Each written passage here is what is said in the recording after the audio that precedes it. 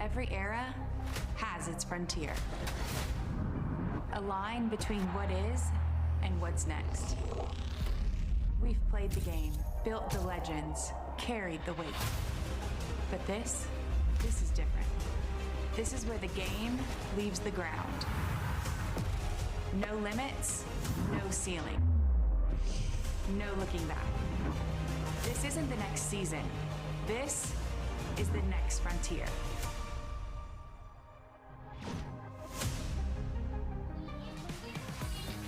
We welcome you to the longtime home of professional softball, Parkway Bank Sports Complex in Rosemont, Illinois. Second of a two-game set between the Portland Cascade, Megan Grant and company trying to bounce back after a run rule loss to Skylar Wallace and the Chicago Bandits just a couple nights ago. Alongside Amanda Scarborough, I'm Chucky Kemp. 4 teams in a race that's about 3 games separated. A big reason why this race is so tight is because Chicago's won 7 of their last 10, and it's all about the offense just like last year. The Cascade are going to have to find an answer in the circle today because in game 1, the Bandits offense exploded for 13 runs. But this is what the Bandits have been doing for 3 games now, getting everybody 1 through 9 contributing. Sammy Williams has absolutely been on fire. Skylar Wallace is back from Japan. Matt Barbaro was added to their roster. Morgan Zirkle, she's been adding in a little bit of power. But this Bandits team, not only do they have a little bit of pop, they've been aggressive on the base pass, and it has led to double-digit runs scored time and time again these last 3 games. They are hitting almost 500. So the question today is if the Cascade pitchers and defense will have an answer to their offense that is absolutely on fire. Yeah, 5 home runs in the last 3 games, hitting nearly 500. And I think if you score a dozen per game, you're probably going to win the majority of those. An AUSL record 35 runs in those 3 games. No one loves that more than Kat Sandercock, their starting pitcher tonight, the 4th-year pro out of Florida State. She's from McLean, Virginia, the 4th overall pick in the allocation draft this year. She returns to Athletes Unlimited, is 1-0 with a 4.00 ERA, just her 3rd appearance since returning from Japan last week. There is strike 1 from Sandercock, facing off with Corby Otis to lead off this Cascade lineup that desperately needs to find more consistency from an offensive standpoint.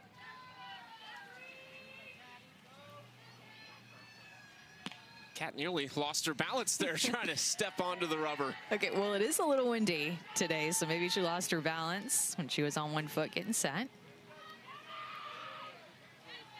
Keep an eye out for Kenley Cahalan in the 5 spot, starting to heat up. We know that that's a very capable bat. She has moved up into the 5 spot in the order. Saw her kind of down toward the bottom in the early stages of this season before she got it rolling. Corby Otis has been their best and most consistent hitter, has a hit in 7 of the last 9 games, 3 extra base hits in that span, and 5 multi-hit games on the season. Otis takes strike 2 on the outside corner. Yeah, Corby Otis has put together such a good season. We saw her with the Blaze last season, and then the expansion draft, the Cascade grabbed her, and somebody that has a lot of power at the plate, also good speed. She can get down the line quick. That got Otis, so a leadoff base runner for Portland. Mostly Kat Sandercock is going to be down. That's what you saw her throw at Florida State. And when she was at Florida State with her head coach and pitching coach, Lonnie Alameda, she developed a rise ball. Her drop ball is going to be her go-to pitch at 69, 70 miles an hour. She'll spin a rise ball up in the zone, takes a few miles an hour off of that pitch, and then will also mix in her changeup at about 54. Here is Megan Grant. First pitch swinging and drives that on the ground into foul territory. As dangerous as they come. First pro hit went 313 feet. Her second home run of her career went 293 feet. 7 of her 8 professional hits are extra base hits, and 6 of them are homers.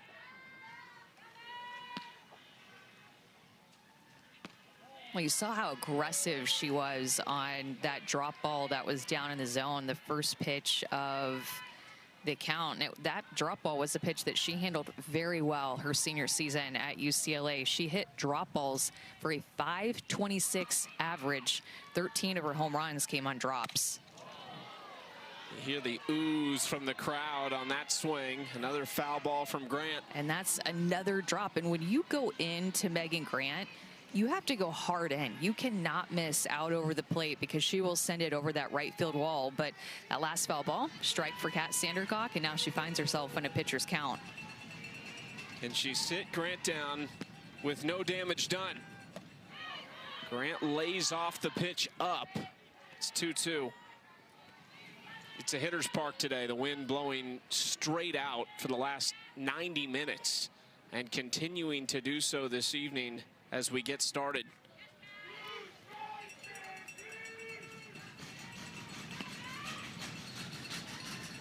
Two-two. We have such a good crowd today, too. It is smoking hot here, and we are a part of the heat dome that's going on in the middle of the country in the East Coast, and it is 96, 97 when we got to the park. It's humid. You know, it feels like triple digits down there on this field, but this crowd has showed up ready to watch the Bandits play. I'm sure they're excited to watch them hit, knowing their last home game, they put up 13 runs. Another 2-2. Grant just got a piece of that. This has been a streaky Portland team. They're trying to do something they have not done all year tonight, and that is respond immediately after a loss. They lost 2 straight to start the season, then they won 5 straight. They lost 2 in a row, then they won 3 in a row. Now here they are trying to make sure this is not another streak, but a quick bounce back in a very important game for 2 teams that are fighting directly with the other one to stay in the top 3 in the standings. Pitch number 7 on the way to Grant. Inside and another foul ball, so we go to pitch number 8. Well, she just doesn't swing and miss a lot. I had pulled this number before the Women's College World Series this year, that in Synergy Grant had seen 230 drop balls. She had only swung and missed 1 time at a drop ball. That was going into the Women's College World Series and what was actually documented in Synergy, but she sees it down very well. Watch that up very well, and now a 9th pitch on the way. I just wondered, pitch number 8 was the magic number last night for Jada Coleman and the Talons on that game-winning grand slam. 3-2. Grant up the middle. What a professional at bat from Megan Grant. She is so good on pitches down. It's exactly the pitch that she wanted to get early in the count, and it's the pitch that she got with 2 strikes. Laid off the rise ball to be able to get the drop ball down in the zone, fouled off a changeup in that at bat. That truly was a professional at bat by the rookie, and 81 miles an hour off the bat. I'm not sure she knew there was a safety bag at first base. She's just never on that base, so she's probably looking down at the orange side of that thinking, what is this? Swing and a miss at the first pitch by Sydney Stewart, another talented rookie who's still trying to get it going in some ways. From an average perspective, Stewart struggling at 207, but she's reached base in all but 1 game. Has walked 7 times, that's second most on the team, and has been hit by a pitch twice. You can see her chasing this drop ball, exactly what Sandercock wants to see out of her hand. Her going down to chase that pitch low and away. Quickly getting ahead 0-2 on these drop balls outside. I'm sure she'll go there again. Stewart into right field, shallow, and that's going to get down. Grant has to hustle to second to avoid the force out, and it's a dangerous moment here in the first inning for Kat Sandercock and the Bandits. Megan Grant got a really good read on that, much better than Corby Otis. If Corby Otis, look how close Corby gets to second base, but Megan Grant got far off and able to get to second base, so nobody was able, or no out was able to be made by the Bandits, and now the bases are loaded for the Cascade after Sydney Stewart was able to do something with that drop ball that was a little bit elevated. And they're loaded for the very dangerous Mia Davidson. Swings at the first pitch, similar spot, that will fall. This time they do get a force out at second base, but they also get the first run of the game. It's an RBI for Mia Davidson. And those are the ones that are just so frustrating as a pitcher. You think you make a good pitch, and then it just falls. 2 CNI singles by Sydney Stewart, and then Mia Davidson in the exact same spot on the field. This time the Bandits are able to get an out, though.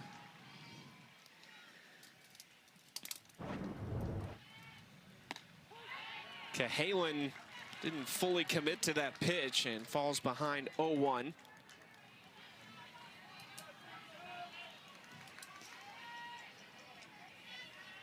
Over the next 10 days, these two teams, including tonight, will play 4 times. Look at the AUSL standings. The Cascade are in 2nd place. The Bandits are in 4th, but they are separated by just a game and a half.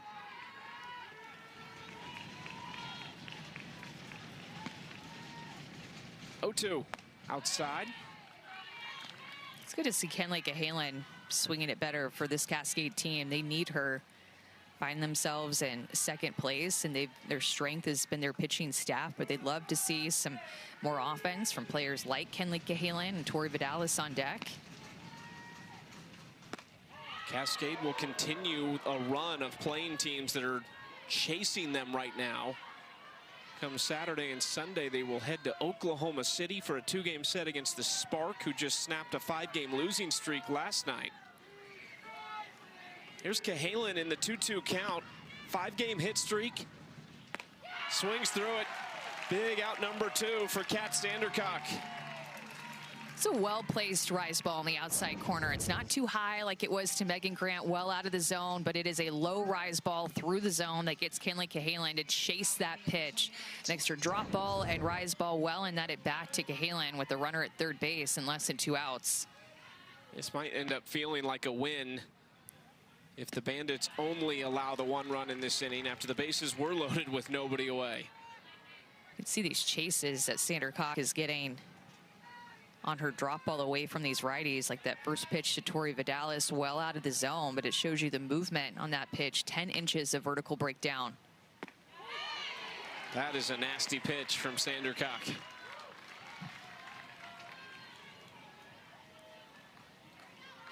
Ahead of Tori Vidalis, 0-2. It's uncharacteristic numbers for Tori this year, hitting just 158. But 4 of her 6 hits are for extra bases.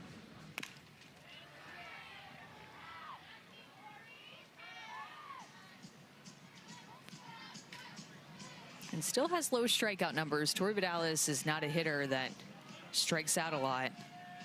Even at her career at Texas A&M, had more home runs than strikeouts in her entire career. For perspective, hit 65 career home runs at Texas A&M. She's hit 1 so far this season. Decent swing, but over to Williams at 3rd, and Kat Sandercock ends up only giving up 1 in the 1st, but Portland, they are on the board.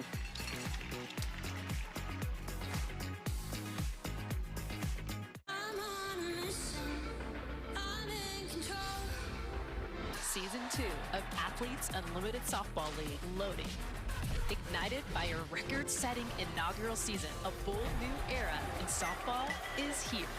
Now, 6 teams take the field in their home markets, each stacked with a lineup worthy of the spotlight.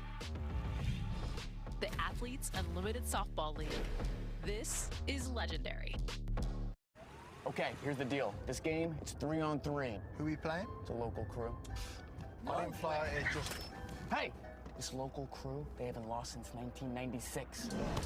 They beat everyone who showed up. The guys who play in jeans, the always skins. Honestly, respect. The techers, the trash talkers, even the bruisers. Anyone, anytime, they would take them down. First to 3? This doesn't seem real. What? It's 100% true. Mostly. I'm not him. I'm not Jack. Because a car that doesn't make you feel recognized is a car that stops short of amazing. She's here. Hi. Wemby rookie card. No bidding starts now. 5 seconds left. 2, 1. Sold. Milo? Watch live, shop live. I won. On eBay Live. The AUSL is sponsored by Zillow. Someday starts today. Bandits are thrilled to have Lexi Kilfoyle and a handful of others back from Japan. Sammy Williams has been lights out, and the Bandits don't look now, but they've won 3 in a row and look like one of the hottest teams in the league. This lineup is scary. Skylar Wallace leads it off, and then it's the best hitter in the league, Sammy Williams, 7 RBIs in game 1, tied an AUSL record. She just went off even after striking out in her first at bat, had 3 hits after that. But this Bandits lineup 1 through 9, they're getting production from everybody.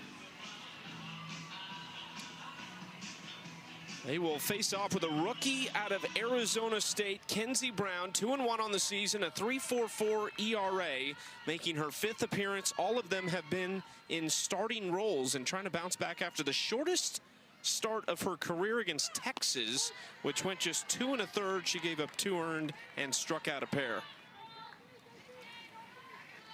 She's had a really good start to her rookie season. She's definitely going to get tested by this offense today.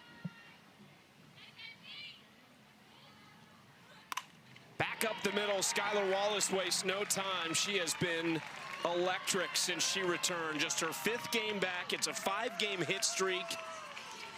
7 hits total and 7 runs scored. Rise ball is going to be the most used pitch by Kenzie Brown. She likes to stay more up in the zone with her rise. That cutter that she'll throw is like a 2-seam fastball. It also will move up a little bit, but it's her drop ball changeup and the off-speed pitch down in the zone that complement what she can do up in the zone. She came in to Arizona State as an up ball pitcher, and in her career there, especially her junior and senior year, developed her stuff down that just ended up making her first team All-American at Arizona State and one of the best pitchers in the country. Popped up off the bat of Williams, and that is a gift right there. Sammy Williams on a 6-game hit streak, hitting over .530 on the season, pops out on the first pitch from Brown.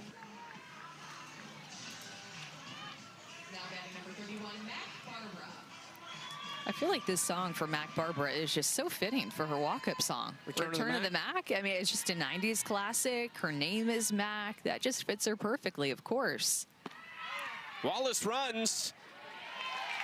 There was one thing I think we were certain of when Shonda Stanton was hired to be the Chicago Bandits head coach. We talked all about how aggressive she is, but of all the people on this roster, Skylar Wallace fits that mold so well. Yeah, and she just has top speed. She gets going so fast. Her first couple of steps, it feels like she's already at her peak speed. Such a good base stealer, and Shonda Stanton is her kind of coach because she will have these runners go. And I think, too, we're talking about this before the game, I think that the Bandits are really going to try to run on Mia Davidson, or if Sydney Stewart, the rookie, is back behind the plate. I just think that they're really going to push them to prove that they can throw them out. It's like Shonda Stanton got all of her powers back over the last week. Mac Barbara is hit, and she will take first with just 1 out. The Bandits last year finished 2nd in the regular season and lost the AUSL championship to the Utah Talons. Part of what made them so great is they were basically all together from the start. They weren't really missing anybody. This year, they were tied for the most players missing on their opening day rosters. And the biggest ones were Kilfoyle, Sandercock, Wallace, and Emily Kennedy. All of those players now back.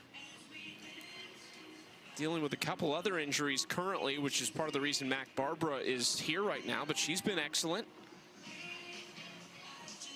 Hoping she's okay after that hit by pitch there. You know, it's so painful in that area, getting hit by your hands, wrist, forearm by a 70-mile-an-hour pitch from Kenzie Brown, who throws with very good velocity up in the zone. See the grimace, even as they checked on her after they left for Mac Barbara, so we'll keep an eye on that one. First and second, 1 out for Morgan Zirkle.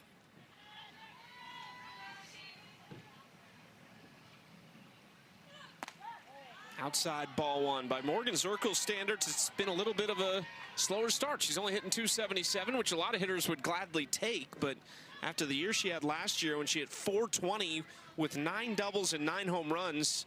Both of those marks leading the league. She's looking to find that power again. Kind of a wild swing here for strike one. It's a changeup. She has a little bit of a smile like, okay, I see that changeup that everybody's talking about now out of the hand of Kinsey Brown. It has been such an effective pitch for her in this league.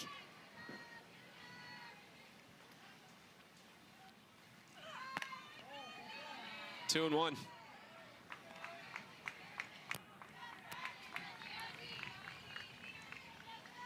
Kinsey Brown, mentality-wise, not that you want to change anything, but this is probably one of the best lineups she's ever faced in her life. How do you approach it when you know the next batter is probably just as dangerous as the last one? I think just trusting your stuff and working off the edges like she's trying to do here.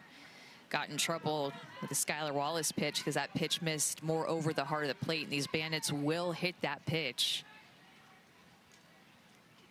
And there's such a big difference, too, but with her lefty-righty splits, lefties hitting significantly better. There's a lot of lefties in this Bandits lineup, which, again, is what Shawna Stanton wants. See the splits, 146 against righties, but 7 left-handed hitters. Zirkle into right field. It's down, and that's going to go to the wall. Zirkle going to head for third. And Barbara's going to make it all the way in. Now here comes Zirkle as the ball gets away. And the Bandits score 3.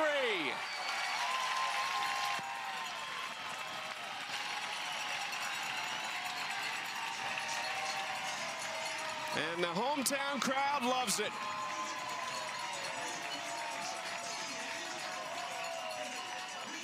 Morgan Zirkle does a nice job of sitting back on an off-speed pitch from Kinsey Brown. It was just 59 miles an hour, but up in the zone, and she punishes it. Megan Grant was playing so shallow. Morgan Zirkle is a player that led the league in home runs last year, and Megan Grant was playing so shallow in right field.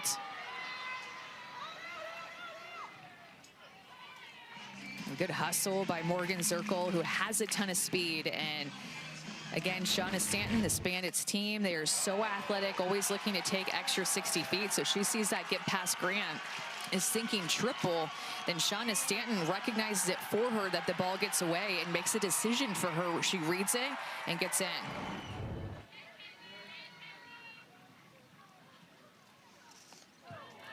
That is up and in and hits Jacopo, who will take first. And Anna has Morgan Zirkle in the dugout. Morgan, quite the response from you guys at bat and you there. What'd you see on that pitch? The only thing she was throwing me for strikes was the changeup, so I knew it was coming again, and thankfully got it through. This dugout was ready for it. It's like they could tell the runs were coming. How much is the energy in this dugout affecting the play out there on the field? So much. Like, we've really came together these last few games, and our offense has exploded, so fun to be a part of it finally. Great. Thanks, Morgan.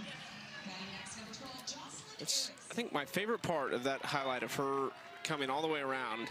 When she was headed to third, she never looked back at the ball. Shawna Stanton gave her the go, and I feel like so often players look because you just want to know. But Morgan Zirkle, in the textbook fashion, they have that relationship. They played together. Morgan Zirkle played for Shawna Stanton at Marshall. So the amount of trust that those two have in each other runs deep and decades deep. Shawna Stanton is turning the clock back on Morgan Zirkle because she has 4 stolen bases this year, and she remembers her as a sophomore when she won the Golden Shoe, leading the nation in stolen bases. Does not even look. She tells her to go, and she says, yes, ma'am, I'm there. It's funny asking each of them about this situation again, and I think the sentiment from both is that Morgan has more opinions now on how the game is played because she's a coach in her own right. She's just finished up her 3rd year at Marshall as the head coach at her alma mater, and also signed a contract extension after the season.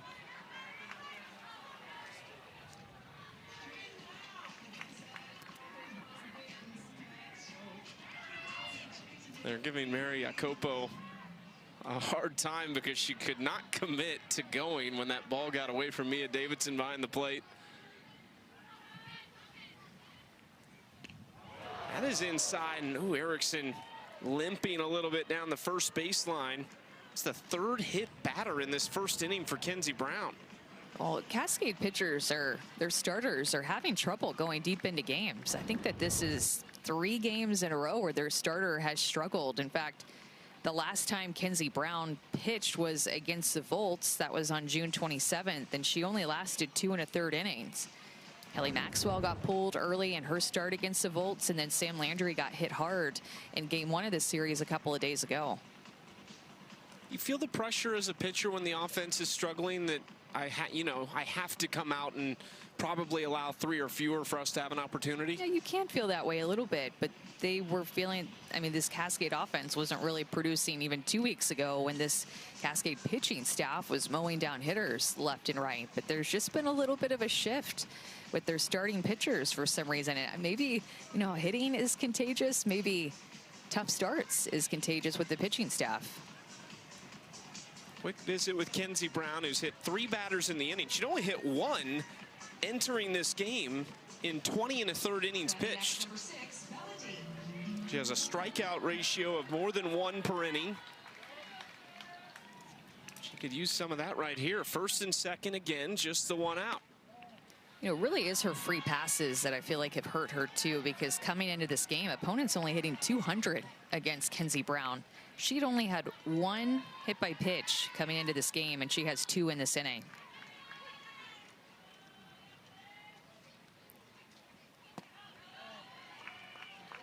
Bella Dayton jumps ahead 2-0. Bella actually had to depart the team after the opening week because she had to go to Prague to play with Team Italy. And then returned and has went right back into the starting lineup. Takes that for strike 1. 3rd-year pro, 2nd year with the Bandits. Had 3 hits in game 1 of this 2-game set with the Cascade. Almost half of her season total, which sits at 7. Pops this up. A much needed one for Brown. 2 outs.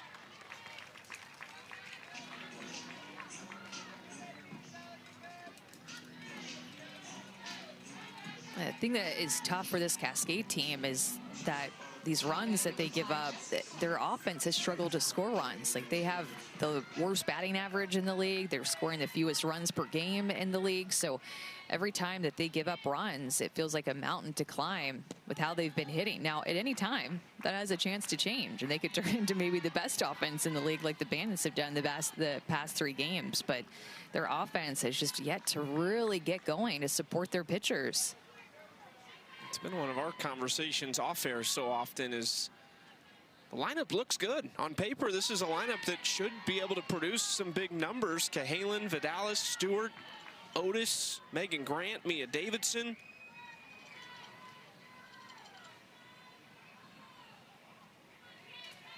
Jessica Clements in a 1-1 count, trying to keep it going with 2 outs.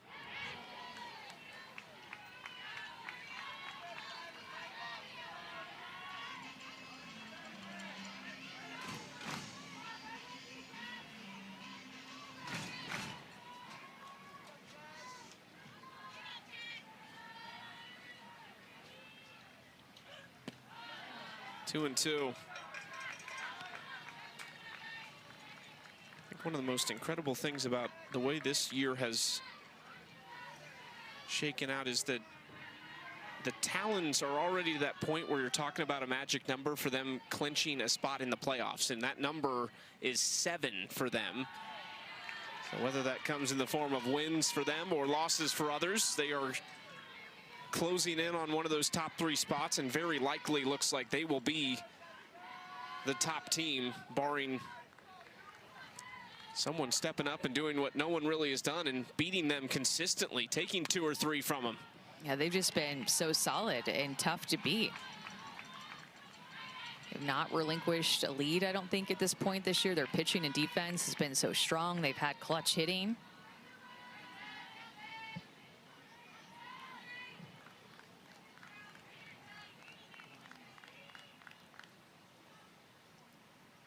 Swing and a miss.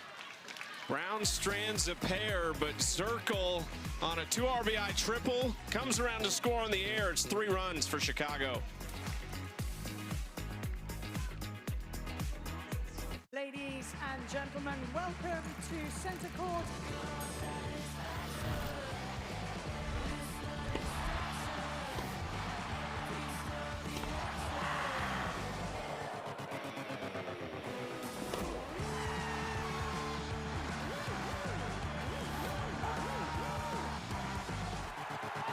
Quiet, please. Wimbledon continues through July 12th on ESPN, ABC, and the ESPN app. Save up to 76% on select styles of beautiful new carpet or flooring. Plus, we'll beat any competitor's offer, guaranteed. Visit EmpireToday.com or call 800-588-2300 today. It's a 4th of July sale, 40 to 70% off at Old Navy. Here's Pippa Zip. Get these deals straight into your basket. T-shirts, tanks, I want to pick and roll at dresses, and it's a touchdown at the register. What sport is this? Shopping! Yes! The impetus for Element was just a recognition that my health was impacted by inadequate electrolytes. There was nothing on the market that met the needs. It tended to be super high in sugar, woefully inadequate in sodium. When I finally did get my electrolytes on point, it was like a light switch was flipped. We've seen this play out across thousands of health journeys. I hope Element can be just as meaningful for you.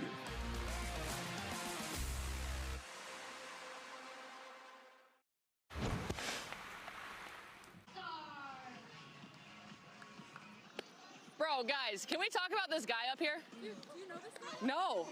He's viral. Okay, he followed Mississippi State around. He was at their regional, super, and then World Series, and he's the broccoli guy. And now he's and he goes everywhere, and he just stands and he's like, no, they're real broccolis. No way. Yeah. I've seen him on Instagram. No way, that's him. And people like take pictures with him and stuff. Oh, I can't believe he's here.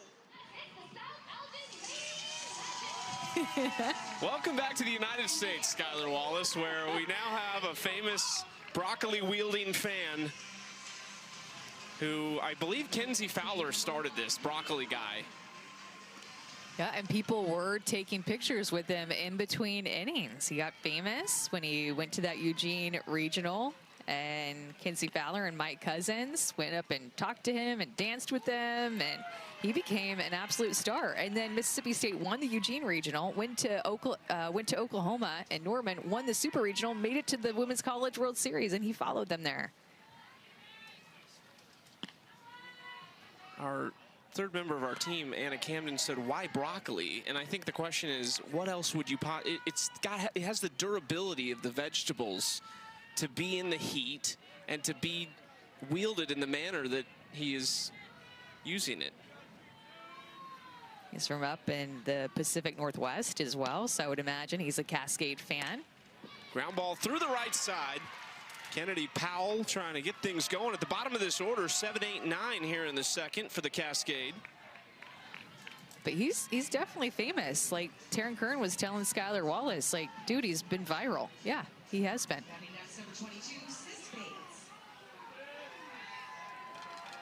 Skylar Wallace mic'd up tonight. We will talk to Skylar in the third inning of this game. Excited to hear from her. Coming back and just been on fire. We actually saw her in center field when she got back. Erin Koffel was the shortstop for Chicago. So Skylar, being the exceptional athlete that she is, moved out to center field. She is back at shortstop. No Erin Koffel in the lineup tonight. She returned in game one of this series after missing their second game at Oklahoma City, but is not in the starting lineup tonight. So something to keep an eye on if you are a Bandits fan or an AUSL fan, because it could have a big impact on this race.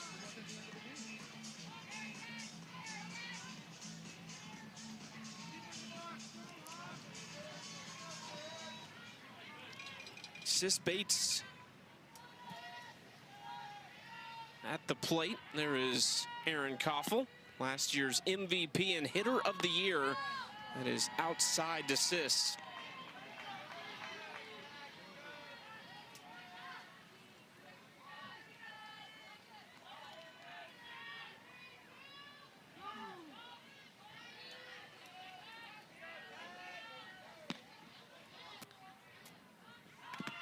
Sis slapping at this pitch and just got a piece of it. 2-2 count. Sis Bates having a decent offensive year. Second best average on the team, hitting .273. Couple hits in the last 2 games. 2 hits last game, both of them triples. Leads them in runs scored, also in triples after the 2.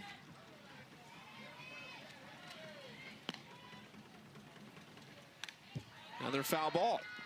Yeah, this is the second inning, I feel like, is where Cascade scored a lot of runs. It was when they answered back in the second inning as well in game 1. Ended up being a 2-2 game going into the bottom of the second. But then, I mean, Chicago just scored in every inning that they came up to the plate, and Cascade just could not keep up. But Cascade responded in that top of the second inning 2 days ago. Outside, and another quality at bat. That is the one thing. These first 2 frames, we saw Megan Grant with one. Sis Bates now putting together a quality at bat.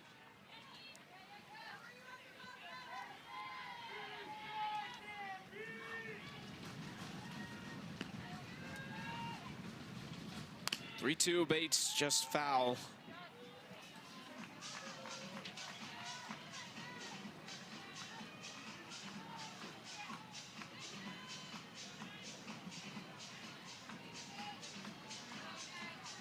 What do you feel like has been the missing ingredient for this Cascade offense? They've had their moments, but consistency has been a problem. That just seems like they've scored runs in spurts. Bates pops it up, shallow center field. Agbayani goes back to make the catch. And there is one out. Let's go down to Anna Camden. Well, Skylar Wallace has been a huge part of this Bandits team recent success, and even though she's only been back on the Bandits roster, returning from Japan for a couple of weeks, she and rookie Jocelyn Erickson already have a really impactful bond, and that's because they played together at Florida.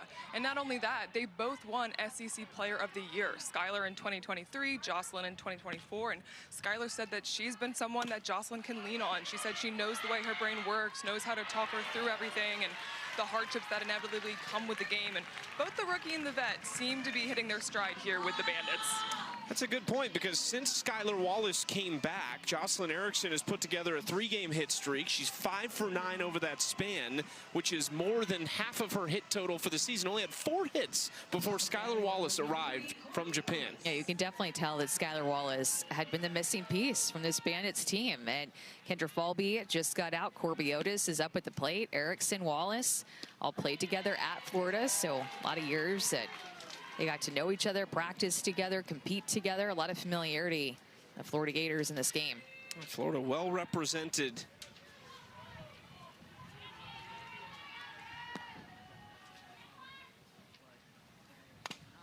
Otis right side. That was a tough one to handle for Erickson.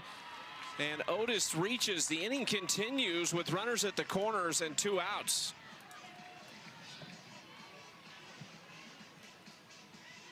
That ball had really weird spin to it, I think, and it's a turf infield, so it takes this big hop, kind of catches Jocelyn Erickson in between. And this really makes sense. They're going to go ahead and intentionally walk Megan Grant. So in the AUSL, you can just go ahead and put her on first base. You don't have to execute the pitches, but a smart move to walk the bases loaded. Now Sydney Stewart has to step up here and make them pay and have the answer to be the one to hit behind Megan Grant. You are walking arguably the best hitter in the college game this past season, broke the single season home run record with 42 to get to a first-team All-American and the Big 12 Player of the Year in Sydney Stewart. But this has been another talking point for us on this team. Who is the protector of Megan Grant? Who is the Jordan Woolery in this situation? They have not yet found it, but it's a big opportunity for Stewart to inject a little fear into this type of decision-making. She needs to be ready for a drop ball outside going up against Kat Sandercock. She should be looking for that pitch. Goes with a drop ball inside, maybe just to get her off the outside corner. That's how she threw her in her first at bat.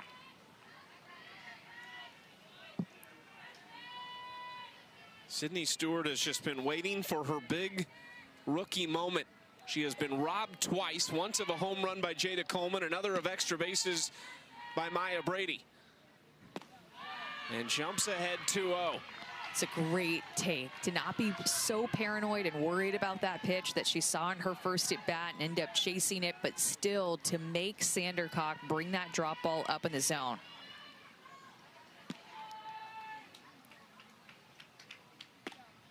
Another similar take, and now way ahead in the count 3-0.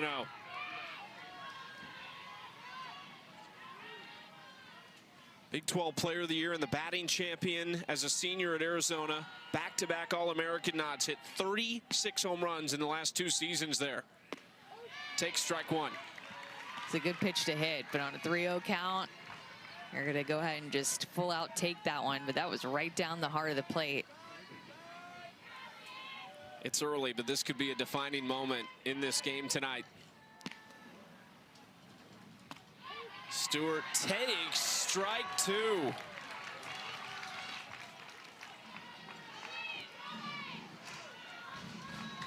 Now can she bounce back after taking one that she thought was ball 4? 3-2, 2 outs, bases loaded. Stewart fights it off. Going heavy drop in this at bat to Stewart. Will continue to do so likely in this full count.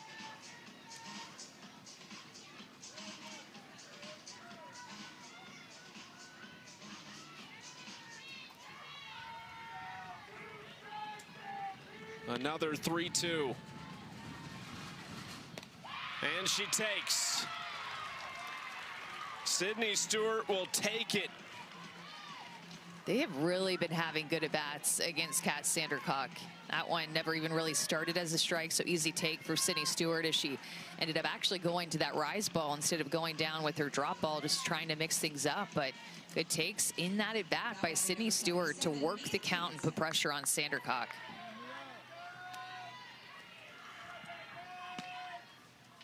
Mia Davidson having some big opportunities in her first 2 at-bats of the night. Had an RBI on what would always be a base hit, except they got a force out, so it ended up being a fielder's choice on her kind of blooper out into right field. I need to adjust my scorecard. Thank you for telling me.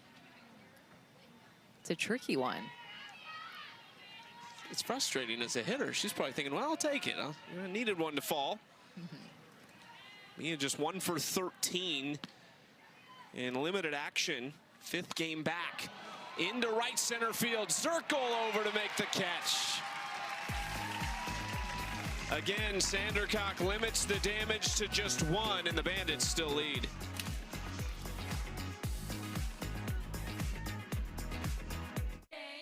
Introducing Gatorade Lower Sugar. No artificial colors, no artificial flavors, no artificial sweeteners, and 75% less sugar. Gatorade Lower Sugar. Hydrates better than water. You know, dishes washed by hand may look clean, but can have invisible food residue left behind. Ew.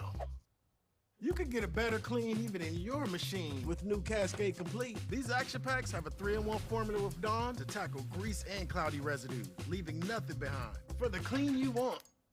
Check it out. Okay, I may know dishwashers, but Cascade Complete no shine. Woo, I'm handsome. Get a complete clean. Cascade. Where does your generosity to mercy ships go? To a small fishing village in Africa. To the hopes of a boy. To his dreams of playing soccer. To the hands of a surgeon. The long recovery. Until one day. The joy of finally being part of the team. Where does your generosity go? Wherever mercy does.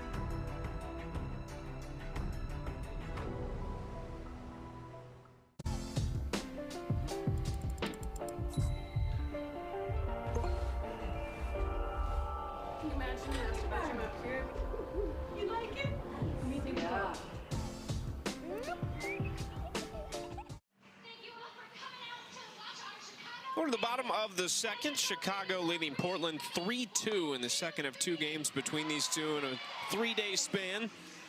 Chicago looking unstoppable at the plate right now. The only one they got back from Japan on the offensive side was Skylar Wallace, but this is what they've done in the last 3 games compared to the first 11, which by their standards was a very slow start offensively. Well, and the numbers were even worse before this 3-game offensive explosion. And the prior 5 games before that, they only hit 219.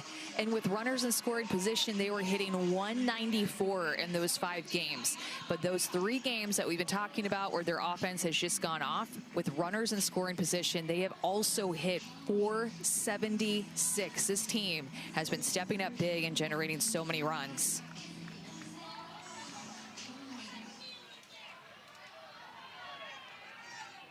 Last year, it was Zirkle, Koffel, Wallace, and Sydney McKinney. Sydney McKinney now a member of the Spark, as Sis Bates using the turf to get the out. A nice play for the first out of the inning.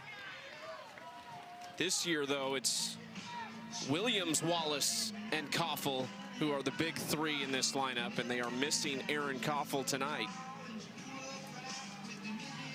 If you're going to miss her, it was at least timely to get Skylar Wallace back.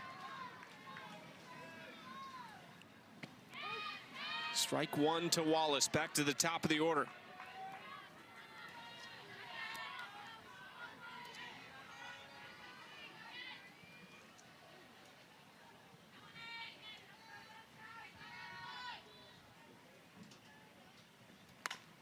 And Wallace through the right side. A 2-hit night for Skylar Wallace. She has a 15-game hit streak going back to early July of last season.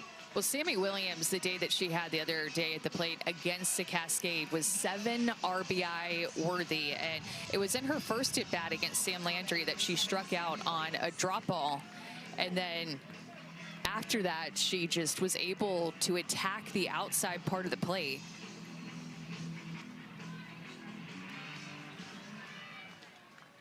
She popped out on 1 pitch in her first at-bat against Kenzie Brown. Swinging first pitch, and it's a line shot up the middle. She's seen 2 pitches on the night, and that time it works out. Well, it's all about adjustment. She got jammed in her first at-bat tonight and was able to make the most of that to not get jammed here. It's the same thing that she did in the first game against the Cascade. They worked her on the outside corner. She struck out in her first at-bat. So then they tried to work her there again in her next 2 at-bats. Then she turned that into a double and then a grand slam off of Gottschall on the outside corner. They thought they could have success there, but Sammy Williams said not so fast. 7 RBIs in her last 2 at-bats. Williams retired as they get the force out at second for the second of the inning. Notable that Mac Barbara has stayed in this game at the DP spot. She was the one that just hit that ball, so she is over at first base with runners at the corners. Shauna Stanton's walking out toward Alex Leap. Our first base umpire might want to have a conversation about the play at second.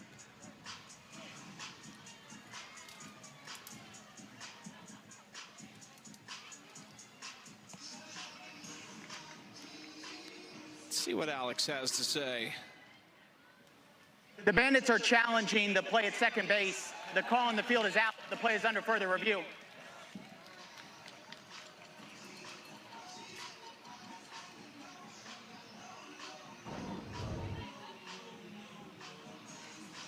See if Cahalan keeps her foot on the bag, and she might have been off. Tries to drag her toe on the backside of the bag. I don't know, you know, it seems like right there she could potentially be on the bag. This is going to be a very tough one for this review process. Oh. I think this was a combination of Sammy Williams confirming what Shonda Stanton thought she might have seen After at that review, play. the call on the field has changed. The runner is safe. This is Chicago's first challenge with 1 remaining. Well, these are the types of mistakes against the Bandits offense you just can't make when they are hitting the ball like this. Every out that you can possibly take, you have to get. And it's what got the Cascade into trouble when they gave up 13 runs 2 nights ago, is that they were playing a little bit on their heels. They gave up some hits and some runs that they shouldn't have, and then they just could not dig themselves out of the hole that they found themselves in, down by so many runs. And especially with where Chicago is at in their order in the middle, with Morgan Zirkle coming up, who hit the most home runs in the league last season. Morgan Zirkle, 9 of them a year ago, just 1 this season. She was one of their 5 protects in the expansion draft in the offseason with the Spark and the Cascade joining. She's on a 3-game hit streak. There's actually already made it 4 tonight with that triple earlier that she ended up scoring on because of an error. Taryn Kern will run over at first base. And it's Zirkle against Brown.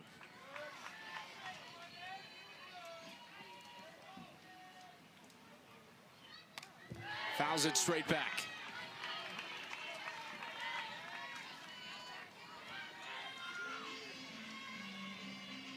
Morgan Zirkle set a career high in home runs with 9, led the league. Then she went back to Marshall. They set a program record with home runs this year. They had the Conference Player of the Year, Sydney Burko. Zirkle gets a contract extension after leading them back to the postseason for the first time since she was a senior, playing for Shonda Stanton back in 2017 as an All-American. And then who is waiting for her in the pro game but her former head coach at Marshall, Shonda Stanton.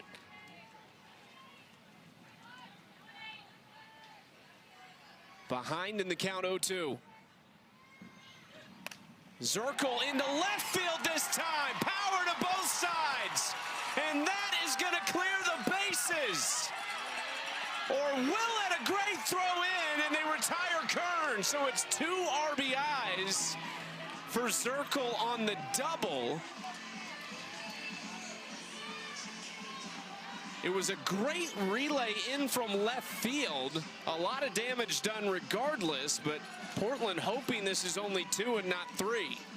Well, these outfielders for Cascade just continue to play so shallow. So these balls that are well hit, well struck by Chicago's bats are getting by these outfielders, leading to additional extra bases and runs scored.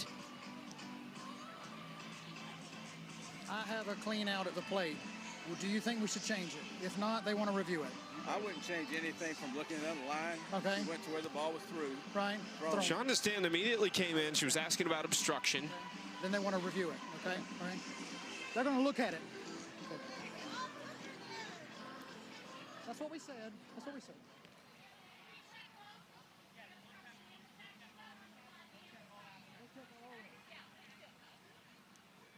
Chicago is challenging the play at home plate. The call on the field is out with no obstruction. That play is under further review. You know, it's a tricky play with where the ball is coming in from and the angle of the throw from Kinley Cahalan because she's right down the line. So the throw is going to take Mia Davidson into the base path with where that throw is coming from. But what I think that Mia Davidson does a good job of doing is almost straddling the plate to leave access to home plate before she has possession of the ball. I don't think that this is obstruction. I think Mia Davidson did as well as you possibly could do to avoid it. After review, the call at home plate is confirmed. The runner is out with no obstruction. The catcher went in the trajectory of the throw. This is Chicago's second and final challenge. That is an excellent explanation from Alex Leap as well, so love that. For Chicago, it's still a very positive play. It's a 2 RBI double for Morgan Zirkle, who has a triple and a double to her name tonight. A good throw by Kinley Cahalan. Good relay in from Otis. So Otis to Cahalan to putting the tag down to Mia Davidson. Were you saying that as you were writing 7-6-2 in your book? Yeah, that's what it felt like. Yeah. Pitching change. Carly Hoover coming in for the rookie, Kenzie Brown.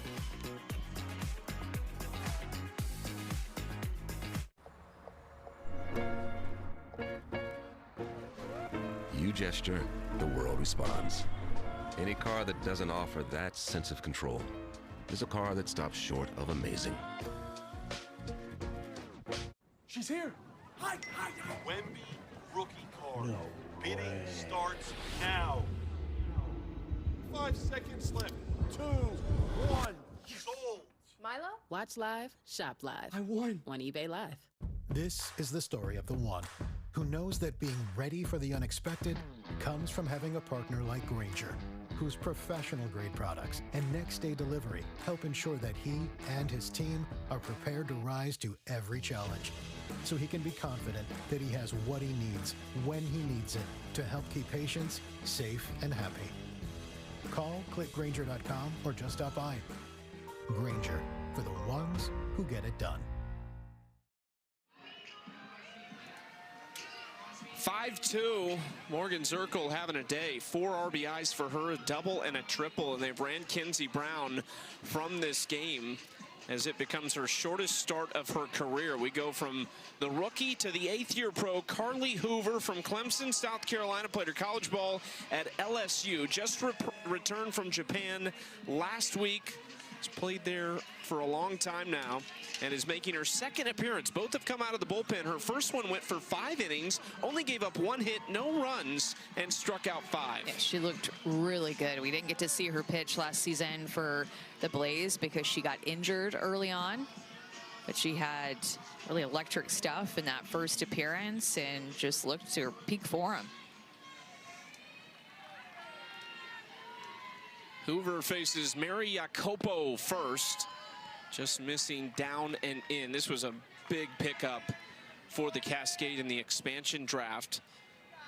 And it was a tough decision, I'm sure, for Dana Sorensen to not protect Carly Hoover. That was her first pick 2 years ago in the inaugural draft, 2nd overall. But Hoover only threw 2/3 of an inning last year and then missed the rest of the season. So she was available in the expansion draft, which she went 3rd overall to Portland, right behind Sam Landry. This is what she did in Japan so far this year, 14-2.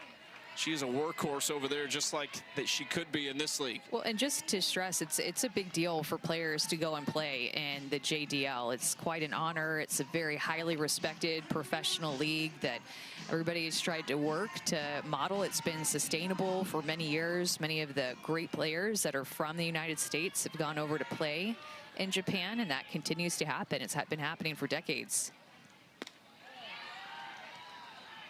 Hoover is an imposing presence in the circle, stands at 6'2" tall. And we saw her for those 2/3 of an inning. And she is impressive to watch, especially we were in Wichita sitting basically right behind the backstop. And Hoover gets Jacopo on strikes. Chicago up 3 in large part due to Morgan Zirkle.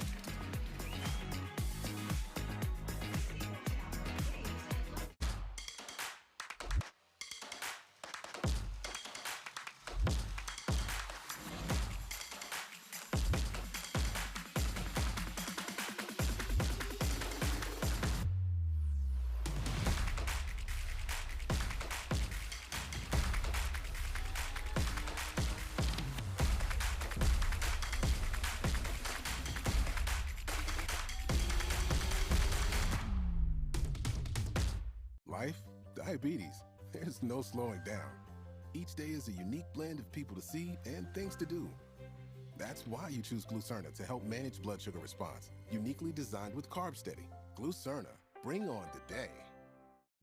My earwax buildup was frustrating.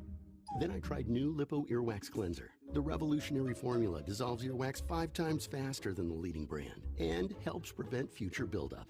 Feel the difference with new Lipo Earwax Cleanser. Excuse me.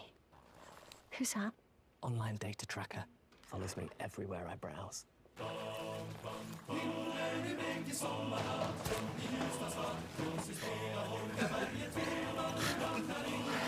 Mummy? Chrome?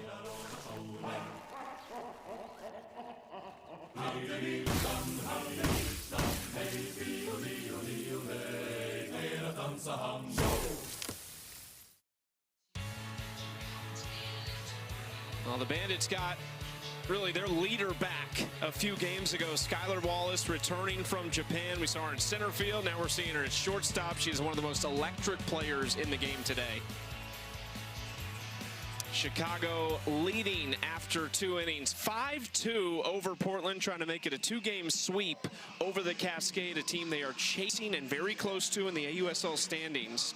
So look at some of the accolades of Skylar Wallace, the NFCA National Player of the Year and SEC Player of the Year in 2023 at Florida. This inning, we are going amid the action with Skylar, presented by Zillow. So we are joined by her at shortstop as we get set for this 3rd inning. And it's led off by one of her former teammates, Kenley Cahalan, who takes strike 1. Skylar, welcome back. Thank you. How y'all feeling up there? We're feeling great now that you're back from Japan. Yeah, I'm excited to be back. How did you keep up with the Bandits when you were over there finishing that part of your season?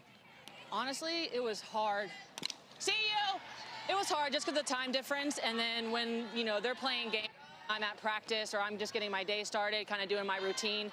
But I would see things on Instagram, obviously my teammates, I'm checking in with them every so often, doing the best I can. But the biggest thing was just knowing that they were working hard and preparing the way that they should, and then I was doing the same thing so that when I came back, I was hopping in and we're grooving. See you! Skylar, what did you feel like maybe has been the missing piece since you got back, or maybe what you heard about before? Like, why is everything click now? Hey, I can't answer that. I just think a lot of us came in, and with our experience and our knowledge. See you! Yes! Atta girl, Kat! Atta girl! Just with our experience and our knowledge, I think our composure too. Like I think like you guys said earlier, like JD is such a respected league. They do things, it's the same game, but they do things differently, and they just go about it in such a respectful way. And I think bringing that over here and being like, hey, like, the zone's going to be the zone. You have to attack strikes, get pitches that you can hit, and then just really embrace. Atta girl, Sammy, really embrace one another. So I think that was the biggest thing that we brought over here, and everyone's just kind of fallen into their place, having that composure and having a lot of fun. Well, one of the things we talk about is just the emotional leader that you are for this team. We saw it develop really early last year. Why has that been something that you've gravitated toward and has been an important part of your game? I love investing into people. I love learning about people. I love seeing what makes them click, how their mind works in their process. Obviously, I want to be super successful myself, but at the end of the day, I can't do it by myself. So bringing everyone along with me and having fun, because we get to do this as our job. I get to train and work out and have fun and play softball for a living, and it pays my bills, and I'm very lucky for that. So obviously, when I'm here, I want to enjoy that piece and just really embrace this opportunity, really embrace our culture, embrace everyone on my staff, and just get after it. 0-2 count here to Kennedy Powell, trying to make it a 1-2-3 inning. I'm gonna let this pitch go and then see if we can get it one more question with you. Yeah! I had a feeling that might happen. Thanks, Skylar, for a quick one. Go Bandits! The yell was the perfect end to that interview. How about an 8-pitch inning? Skylar Wallace got off easy with that in-game interview.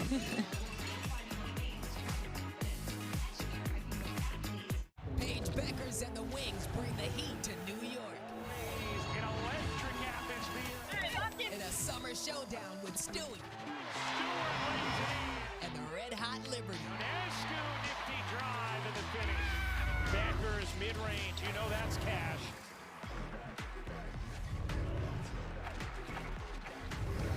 Lock in for Dallas, New York, Tuesday on ESPN and the ESPN app. Look out for signs of dehydration. Liquid IV is the only sugar-free hydration product on the market clinically demonstrated to hydrate faster than water alone. Hydrate with Liquid IV sugar-free. Is it just the mustache? No, it's all of it. It's the way he brings me breakfast, made from scratch every day.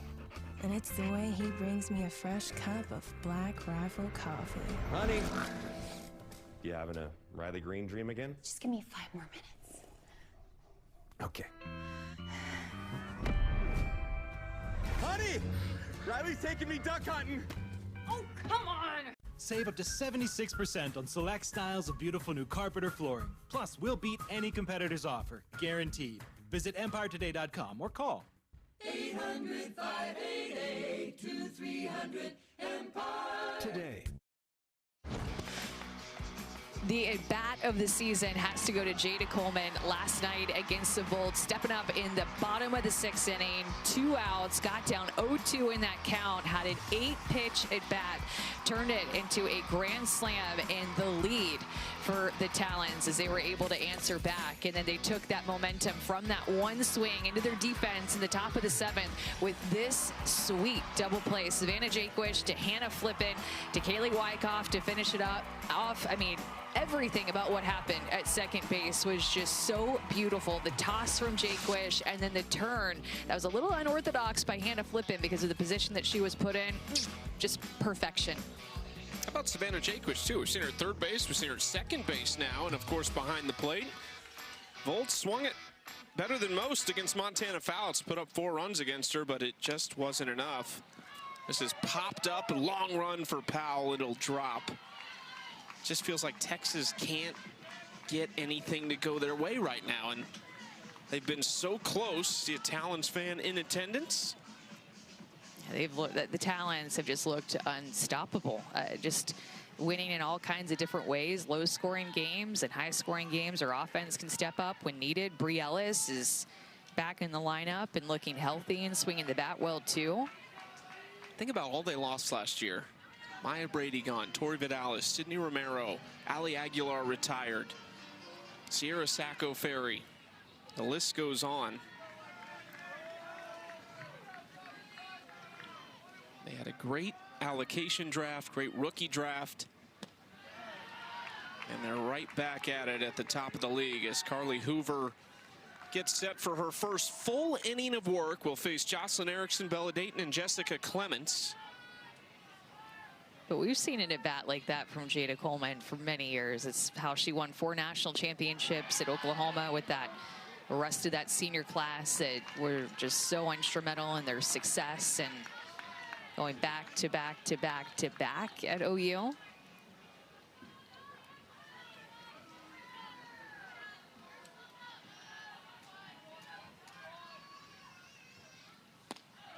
Erickson takes ball 4. Sunday, an AUSL doubleheader. First up, the Volts face the Bandits at 1 Eastern on ESPN2. Then it's the Cascade taking on the Spark at 9 on ESPN. That is going to wrap up Women's Sports Sunday, actually. Can't wait after the Fever Aces game. Catch those live and stream every inning on the ESPN app.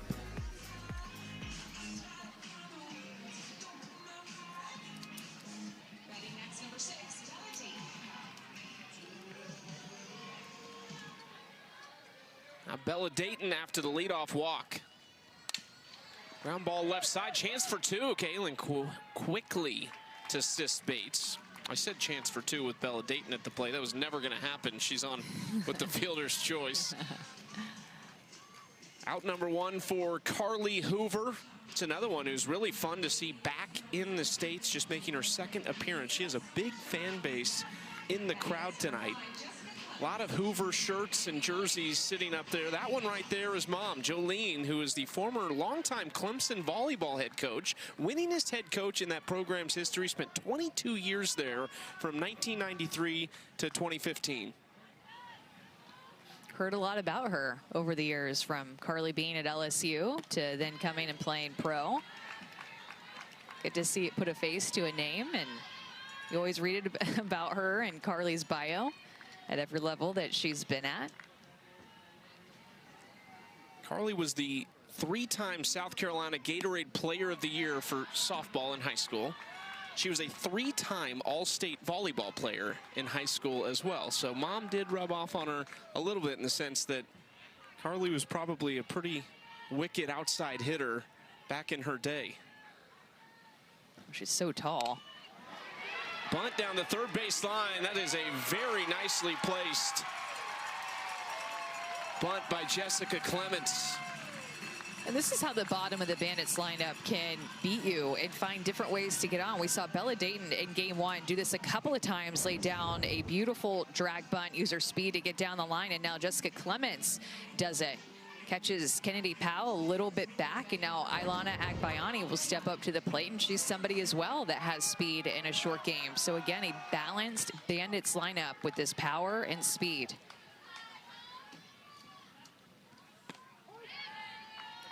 Strike one to Carly Hoover. This is Ailana Agbayani. She's got plenty of speed, but has also showed off the pop lately. Last 3 games, 4 for 8 at the plate, a double, a home run, and has driven in 3. 0 for 1 tonight. Goes left side. Cahalan comes up. That's a great pick at shortstop. 2 outs. It's a great pick, and you could just tell that she attacked it from the minute that it hit the bat, knowing that it's a must-have out. Bandits just continue to put the ball in play and put pressure against this Cascade defense. Gets the short hop on the backhand. Clement slows up to allow her to make that play. As a base runner, you have to do that. And then kind of an unorthodox toss that she had to make to third base that she made look easy, and it's not. Swing and a miss by Skylar Wallace. Well, these two have likely seen each other plenty in the JDL. Wallace 2 for 2 with a pair of singles. First time facing Hoover tonight. Rips this, and it's just beyond the glove of Sis Bates. 1 run scores, and Agbayani pulls up at third. 3-hit night for Skylar Wallace. She's come up in every inning. Continue to get multiple base runners on, and Skylar Wallace continues to put good barrel on these pitches. Goes down and gets this changeup. Stays on it long enough, and it just sneaks past Sis Bates at second base. She got a glove on it. Took a little bit of speed off of it, but can't get to that in the air. And Bandits continue to score. This is now 8 innings in a row, or 7 innings in a row that the Bandits have scored against the Cascade. Skylar Wallace has 9 hits in 4.5 games.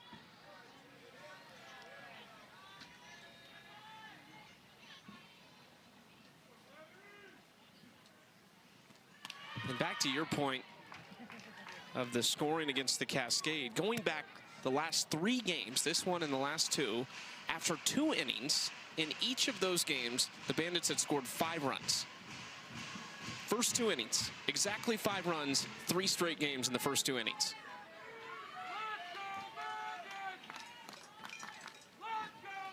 And of course, they didn't stop there. This is lifted to left center field, carrying and gone.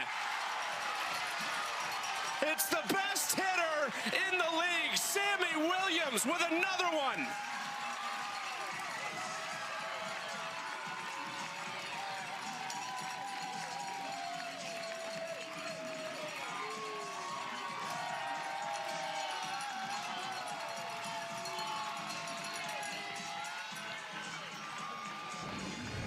Sammy Williams has just been identifying pitches so well. This is right down Broadway for her, and she doesn't miss. That's the thing about her at-bats this year.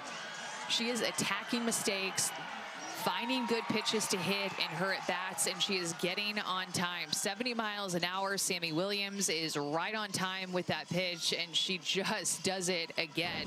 A 3-run home run for Sammy Williams. She has 20 home runs in the last 7 games, and she is with Anna. Sammy, you and this offense just cannot be stopped. What is working so well for you and your team? I think for me, I talked about this a little bit yesterday, just like even when I'm down an account, knowing that I can get my barrel to any ball and staying on the offensive mindset. So I think in between, we're talking about the pitcher and what they're throwing and just trying to be in that relaxed mindset. We see that team celebration one more time. Thanks, Sammy. Sammy Williams is going to start traveling with that hat. 6th home run of the year. 10 RBIs in 2 games against Portland.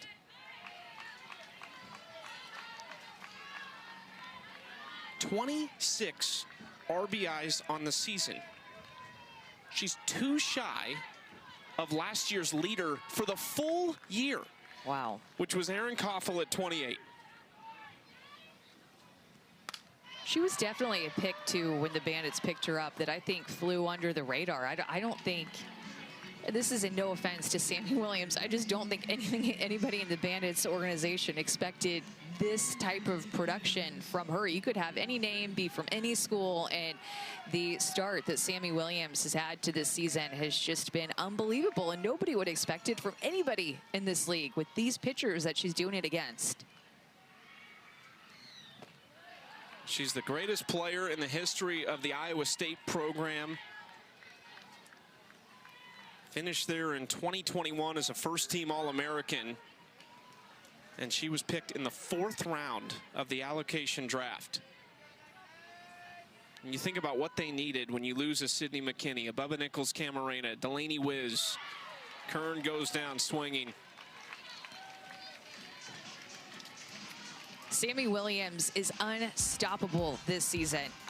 It seems like every swing looks like this, hitting for extra bases. She is hitting over 700 with runners in scoring position, and she does it again.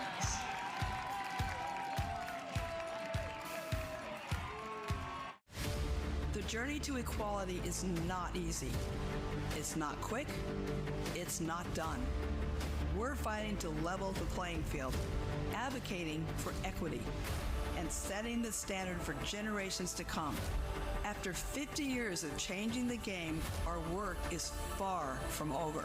We choose to fight to protect the progress we've made, because when girls play, they lead and we all win. What will you do when the power goes out? Power outages can be unpredictable and inconvenient, but with a Generac home standby generator, your life goes on uninterrupted, because when your Generac detects a power outage, it automatically powers up, giving your family the security and peace of mind they deserve. We don't have to worry about whether we lose power or not. If the utility company does not come through, our Generac does. After the hurricane happened, we just want to be prepared for anything. 8 out of 10 home generators are Generac, with thousands of satisfied customers. The number one thing to prepare for is extended power outages. Don't make it so hard on yourself. Have a Generac home standby generator. And owning a generator is easier than ever. Special financing and low monthly payment options are available. And if you call now, you will also receive a free 5-year warranty valued at over $500. Call or go online now to request your free quote.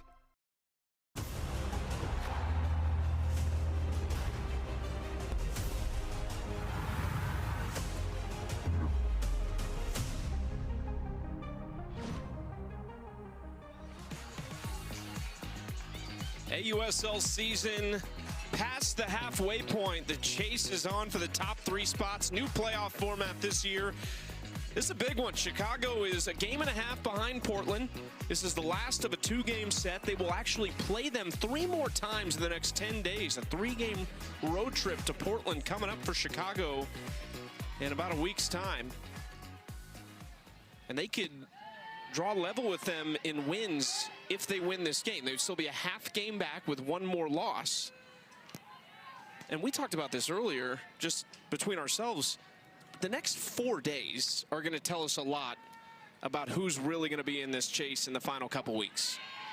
Well, we've only had, this is just our 2nd season for the AUSL. It was the inaugural season last season, but there has never been a span where a team has hit the way that the Bandits have hit in these last 4 games. I mean, it is just completely next level stuff. They just can't get out.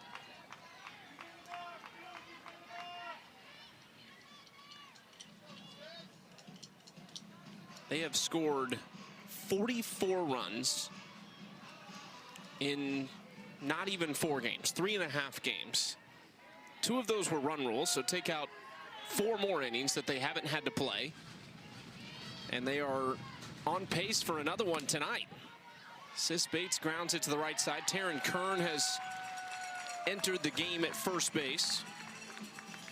Sunday at noon Eastern, it's Boston Legacy taking on Bay FC in the NWSL, presented by Ally. Watch it live on ESPN, and you can catch it on the ESPN app. Great time to be a soccer fan in the United States, in North America. It's a great time to be a soccer fan.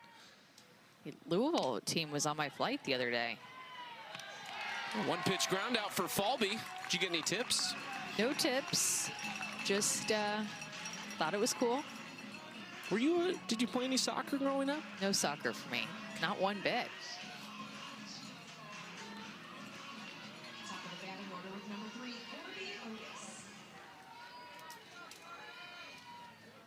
Top of the order, Corby Otis with 2 outs. Kat Sandercock trying to make quick work of this lineup in back-to-back innings.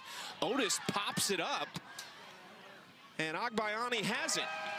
8 pitches last inning, 6 pitches this inning. What will Kat Sandercock do next?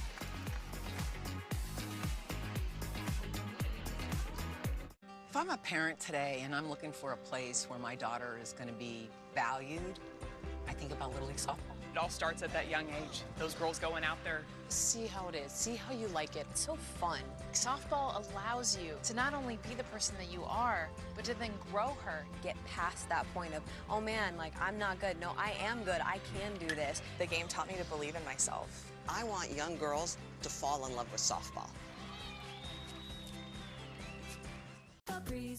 Bathroom visits got a reputation. Febreze bathroom has 4 times the strength to fight tough odors continuously, leaving freshness for 45 days. No outlets required, so everyone can breathe easy. In the U.S., there's a break-in every 26 seconds. Simply Safe does more than just alert. We stop crime before it starts. Stop. This is Simply Safe. Police are on the way. No long-term contracts. Monitoring and deterrence plans starting around $1 a day.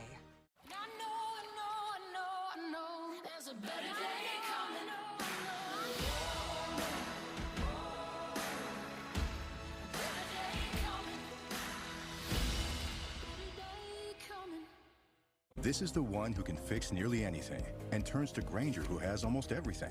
Few may see him, but he's the one that keeps it all on track. The industrial-grade products you need. Call, click, or stop by. Grainger, for the ones who get it done. 9-2 going to the bottom of the 4th inning. Chicago running rampant right now as they have their whole team back. Morgan Zirkle finding herself tonight as well. Couple extra base hits. Double, a triple, 4 RBIs. Skylar Wallace has 3 hits. Sammy Williams has a multi-hit game with a 3-run shot. Unbelievable numbers that we are seeing over the last 4 games. 44 runs scored. Averaging 2.4 runs per inning. Usually you look at that stat and it's like a per game type thing. No. 2.4 runs per inning. Unbelievable. That is ominous as an opposing pitcher. Well, let's not miss this bottom line here that the Cascade this season are scoring 3.9 runs per game. That's just, I mean, that makes that graphic that much better to prove how hot the Bandits offense is. So basically, if you hold them to 1 run in an inning, it is a massive win.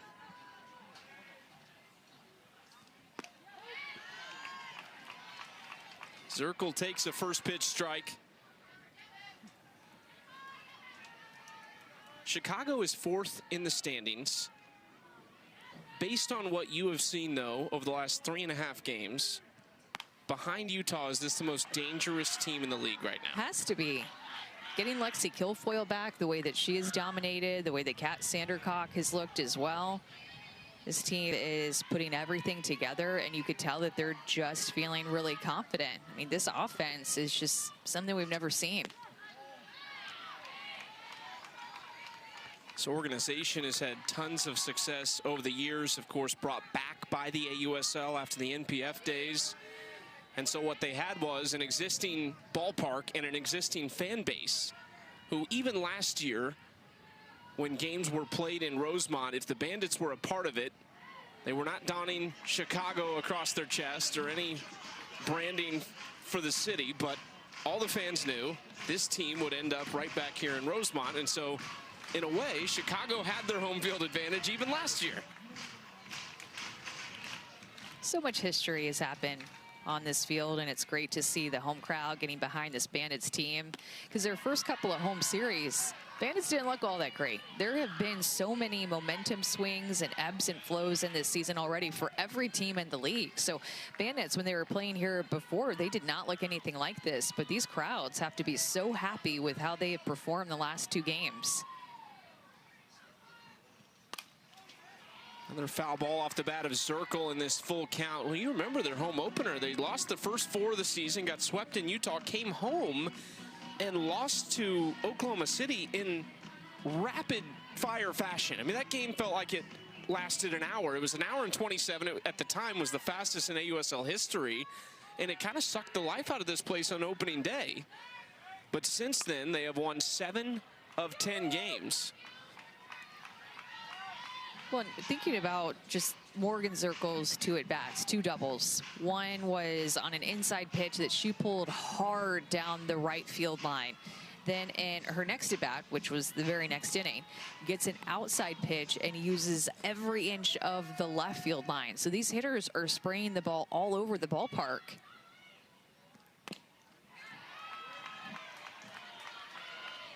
And then that, which is making it extremely difficult for a pitcher, even on a good pitch, to retire them easily.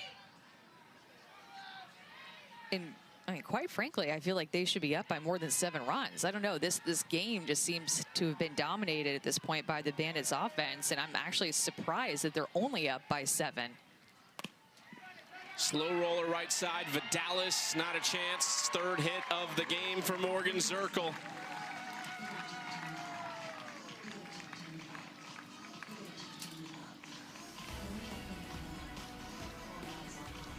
ESPN's live coverage of the championships Wimbledon continues Friday morning at 6 a.m. Eastern. All those matches and courts will stream live on the ESPN app each day. Number 1 Jannik Sinner will play actually an American tomorrow in Brooksby. Tommy Paul will be in action tomorrow. Novak Djokovic and Coco Gauff plays tomorrow as well. So the Stars faring a bit better here in Wimbledon than they did at the French Open. That is a really big day. Pegula plays tomorrow as well. She's an American, and Naomi Osaka. Can't wait to watch. Also got the return of Serena, which is awesome for not just tennis fans, but sports fans. I mean, what an iconic athlete. 0-2 count to Mary Jacopo. In the air in foul territory. Vidalis cannot quite run it down. So we've shown you all the numbers. The Bandits averaging over 2 runs per inning in this last 3.5 games. 44 runs scored total. They are doing it in 2 of those 4 games. The reigning MVP has not played, and that is Erin Koffel. She does not play again tonight.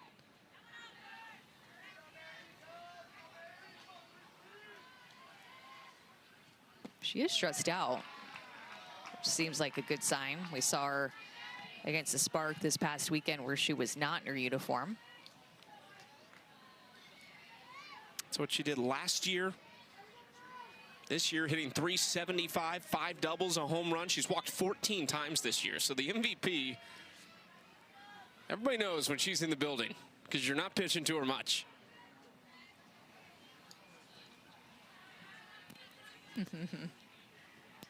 Looks like we're having some issues with Carly Hoover in the circle, not sure.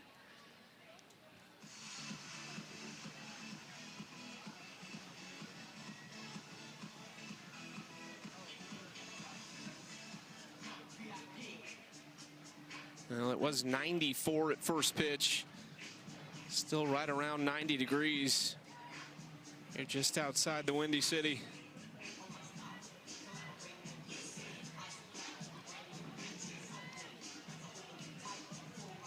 She has a good relationship with Mia Davidson back behind the plate. Portland goes to Oklahoma City for the 4th of July matchup, and then game 2 of that will be Sunday night on Women's Sports Sunday after the Fever and Aces on ESPN. Strikeout number 3 for Hoover.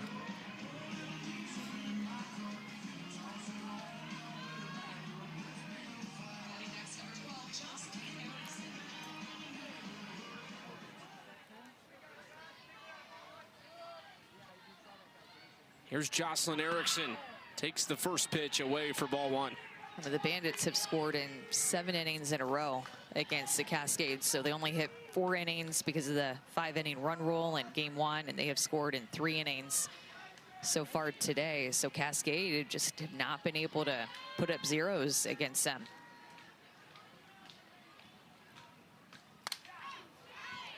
Have scored at least 1 run in 15 of the last 20 innings.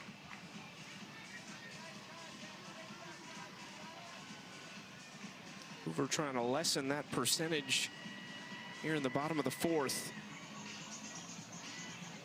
Bella Dayton up next. 3 different players in the top 4 in the order with multi-hit games. Tell me you're having fun without telling me that you're having fun. Erickson, shallow center. Falby calls off Sis Bates.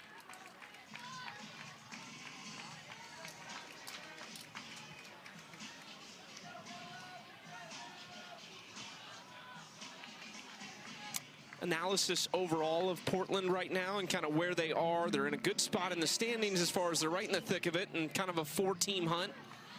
Yeah. But based on what you've seen these last couple games. I don't love the runners that they're leaving on base. And it's just been tough for their starting pitchers. I mean, that's what sticks out the most to me. That is what had made them so successful early on, was that their starting pitchers had gone deep into games. But these last 3 or so outings, their pitchers have come out either in the 2nd inning or after the 2nd inning. Sam Landry had a tough start in game 1 of this series. Haley Maxwell lasted 2 innings in her start against the Volts.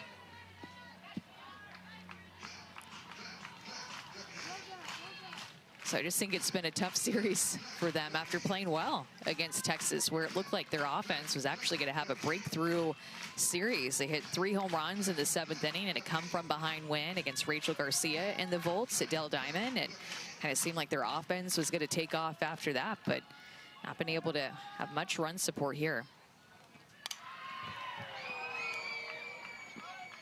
Still time left.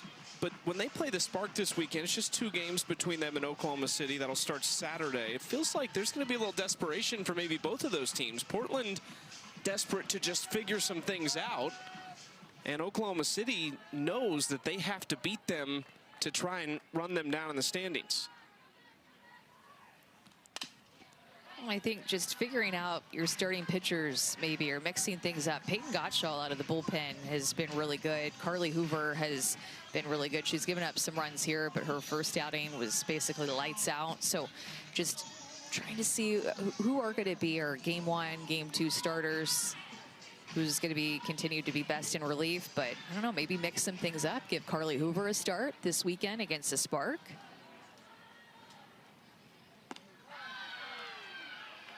It'll be interesting, too, on the Spark side of things, who they'll start. We've kind of been looking at the Jalen Ford situation, hoping that she might get a nod this weekend. She's looked good, the lefty out of James Madison, longtime pro.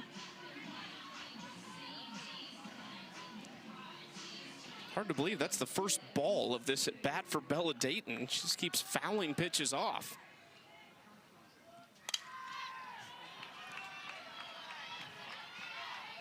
Case in point.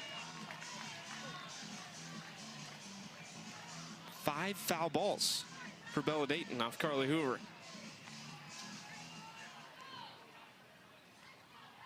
Is there a hitter for you when you were pitching that comes to mind as like, man, she's just so hard to get out? Calista Balco at Arizona hit 3 home runs off of me in 1 game, and that about did me in. Oh no, is she all right?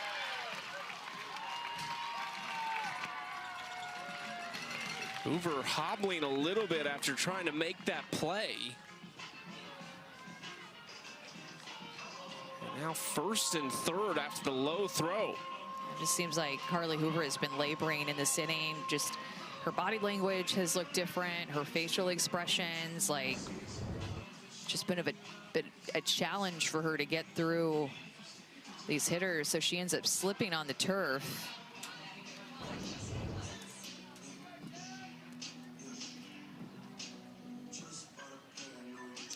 It will go down as a single for Bella Dayton.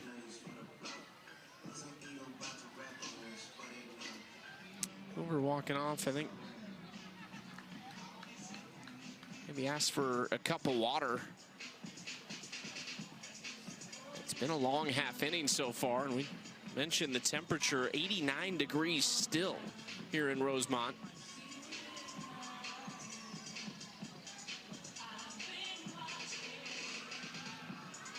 It's not the winning run yet, but it would be a potential run roll situation if they can get Zirkle in from third base. Feels like forever ago that Morgan Zirkle had an infield single in this inning. Kelly Maxwell out in the bullpen. Portland would like for this, at least for Hoover to get through this batter and get out of the inning. It's Jessica Clements outside, ball one. Yeah, you can just tell it's hot out there, looking at even the base runners who've been, like Morgan Zirkle, who's been on the bases for this whole inning, just trying to breathe through it and catch your breath. Clements shows bunt. Dayton again trying to tempt Mia Davidson into a throw, but Davidson, understanding the situation, is not going to take any chances on letting Morgan Zirkle come in. Yeah, Dayton just playing games over there at first base in this first and third situation, trying to lure a throw.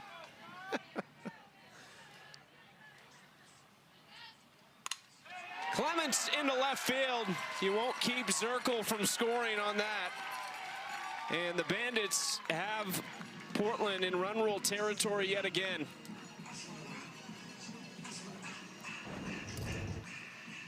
Just off the end of the bat and just finds a hole, pokes it up, pitches about 2 balls off the plate, but Clements able just to poke it out to left field.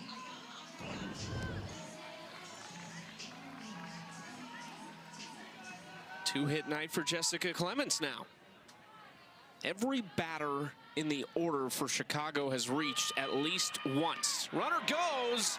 Great throw by Davidson and a nice job by Cahalan to apply the tag. Dayton caught stealing. Portland in some trouble. They need 1 run at least to keep this going. Good heads-up play by Davidson to make this final out. Portland needed to get off the field. Good tag by Cahalan to go down and get Dayton. Life, diabetes, there's no slowing down. Each day is a unique blend of people to see and things to do. That's why you choose Glucerna to help manage blood sugar response. Uniquely designed with Carb Steady. Glucerna, bring on the day. Today's the day. The day I landed home. You know, home.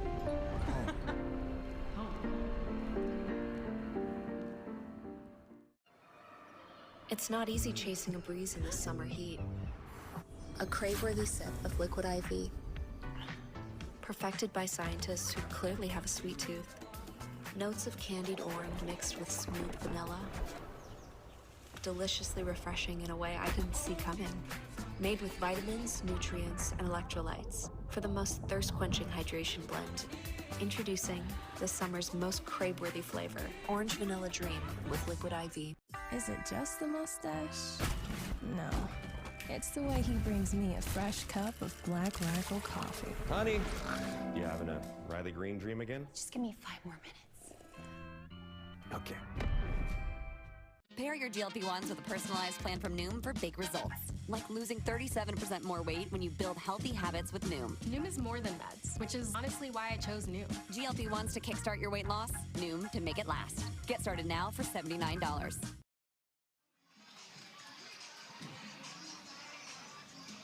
(10-2) Bandits in Rosemont, trying to make it 4 consecutive wins, trying to get to 8 wins on the season. Their 4th game, scoring 10 or more runs this year. Fans loving it here in Rosemont. Packed house, back-to-back sellouts for these 2 games.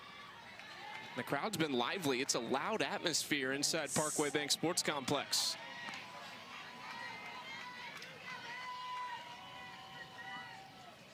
Portland needs one run to force at least the 6th inning. Megan Grant could certainly supply it. Tied for the league lead in home runs and mashes that toward the merchandise tent foul. And everybody goes running after it. There are about 8 little kids that went running after it, and one girl got it, the girl in the red shirt. Yes, she's so happy. Needs to get 43 to sign that. Yes. Grant underneath this toward the clouds. Agbayani is out in right field to make the catch. How about this WNBA matchup coming up on Sunday at 7 Eastern? Indiana goes to Las Vegas to take on the Aces. Catch it live on ESPN and Disney+. You can watch it there, or you can stream it on the ESPN app. That's part of Women's Sports Sundays, and we are so thrilled that we will have the Late Show at 9 Eastern in Oklahoma City, Cascade Spark right after it. Caitlin Clark day-to-day. Yeah, I was going to say, I wonder what the update is on Caitlin Clark for that game.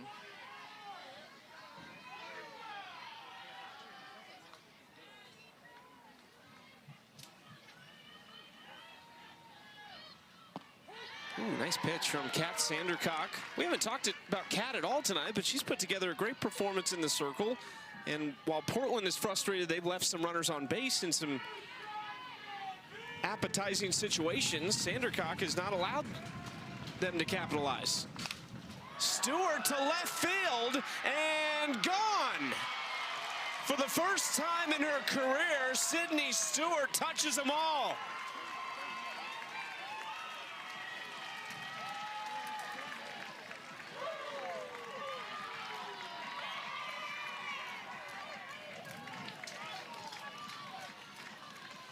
Just sounded different coming off the bat of Sydney Stewart. This time she put it well out of the reach of any outfielders. They could not rob her like in a couple of previous at-bats this season.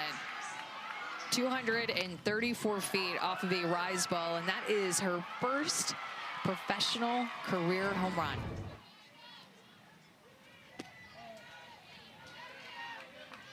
Her season average tonight has risen to 258. She has 2 hits. She also has an RBI walk with the bases loaded. Her on-base percentage is skyrocketed over 400 tonight. But I'm sure, like you said, that one had to feel good for the first time in her career. And Anna is with Sydney in the dugout. You just threw your team a lifeline when they desperately needed it. Take us through that at-bat. I think just knowing the situation and just trying to keep my team in it, you know, chip away one at a time and, you know, pass the bat. That was our mentality for this inning. Yeah. Well, you guys are still in it. Keep working. Thank you. Thank you. Popped up by Davidson, 2 outs. Nice bounce back by Sandercock. Yeah, she had retired 8 in a row before that. Talked about how she had been cruising and doing her thing. Couple of 3 up, 3 down innings and a quick out to Megan Grant, of all people, to start this inning. And then Sydney Stewart answers with that home run to give this Cascade team a little life.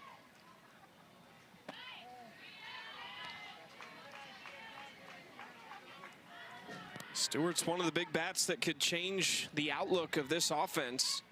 Kenley Cahalan is another one who is 0 for 2 tonight. Trying to extend a 5-game hit streak here in what could be her final at bat of the evening.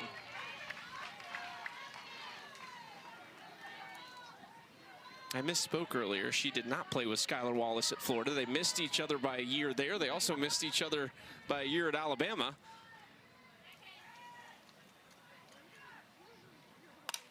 Cahalan puts a good swing on this in his center. Zirkle stays with it. And that'll do it for the top of the 5th. So now the Bandits need one to try and walk it off in just 5.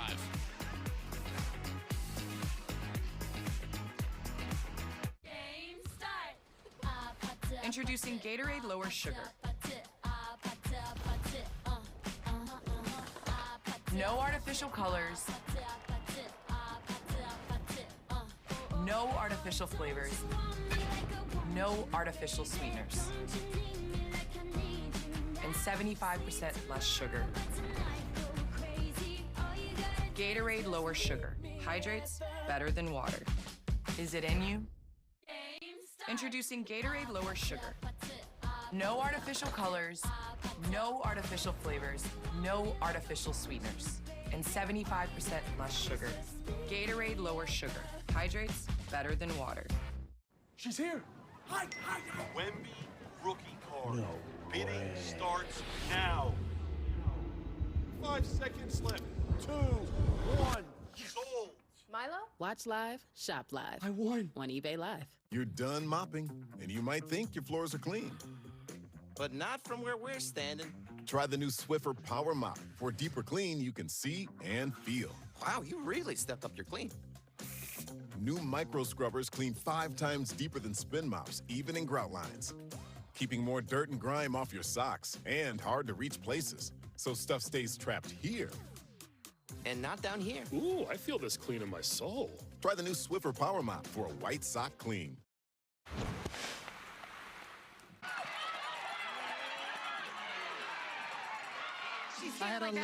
So she made the call in left field.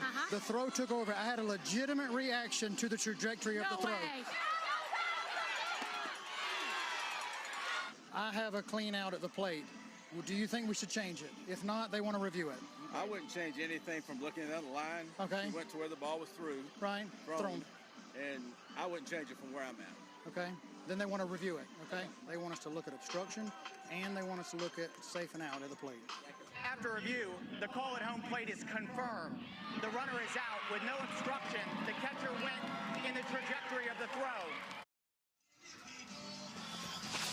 It's just so great having the mics on the umpires. Robbie Guest, Alex Leap, Don Brown, great crew tonight too for this game. But to hear them and the conversations that we see happening so often, but to hear what they're actually saying is awesome. We always wonder, like, what is a conversation like that when they're getting together? How is it going? What are they talking about? But being able to have this access and get an inside look, I know has helped me sleep at night since we've gotten this for a few games. I mean, it's just so much better this way. We need to have this at every single game.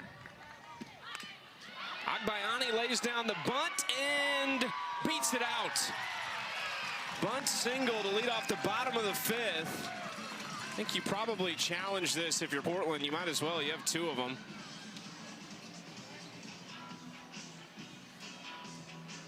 Nothing to lose here.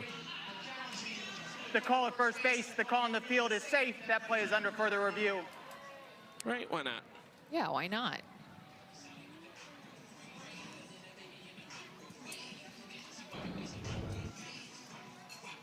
Let's see.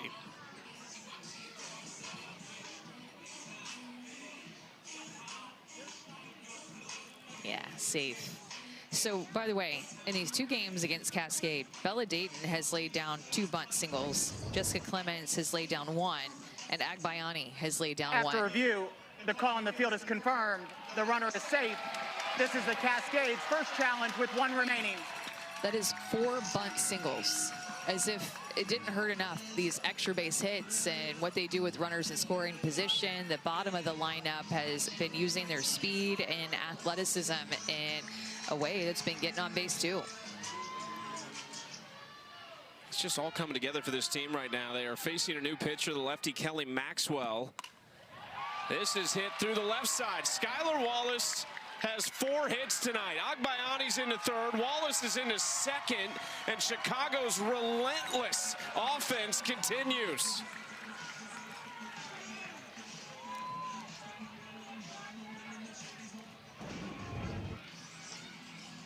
"75 miles an hour off the bat. She just handles an up pitch so well. Short swing, right to the ball, expecting something up in the zone from Kelly Maxwell. And man, this Bandits offense is relentless. And here is Sammy Williams. 10 RBIs in 2 games against Portland. They've not even played 5 full innings yet. And Williams has 2 more on the pond. Jumps ahead 2-0. And you know Cascade will be happy not to see Sammy Williams this weekend in Oklahoma City when they take on the Spark because of what she has done to them. Front runner for hitter of the year in the league. Into foul territory.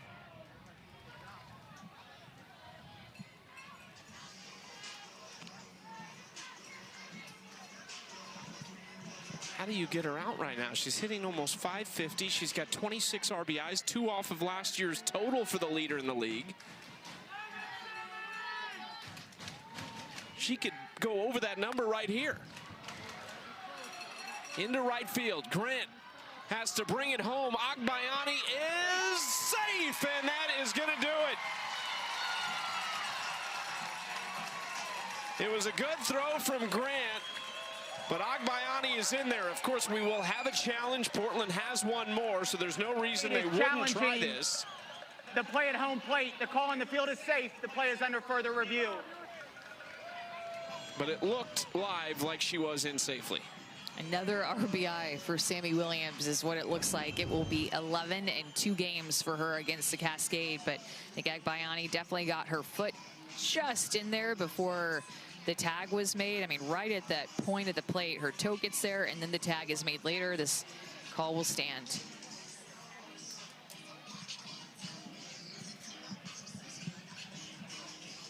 The relentless, scrappy Chicago Bandits lineup just really taking on the identity of their coach, Shonda Stanton. And it's what you talked about, the bunts at the bottom. They're just finding ways, and then it's the approach at the top that clearly is working for all those big hitters.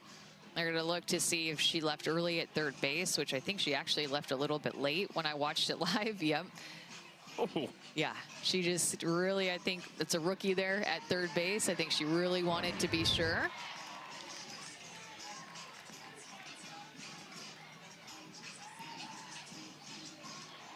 After review, the runner left on time at third base and is safe at home.